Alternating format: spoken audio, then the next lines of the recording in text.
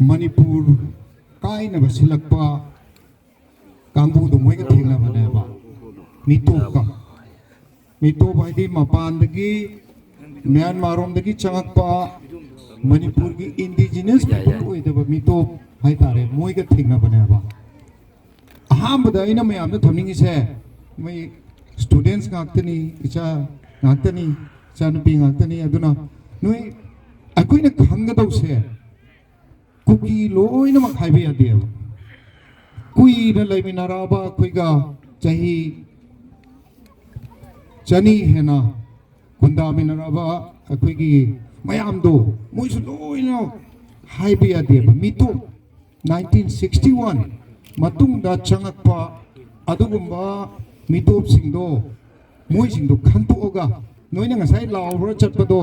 honorable CM sutayeba akoi chaminabda NRC tawgadabani hadu chumme madu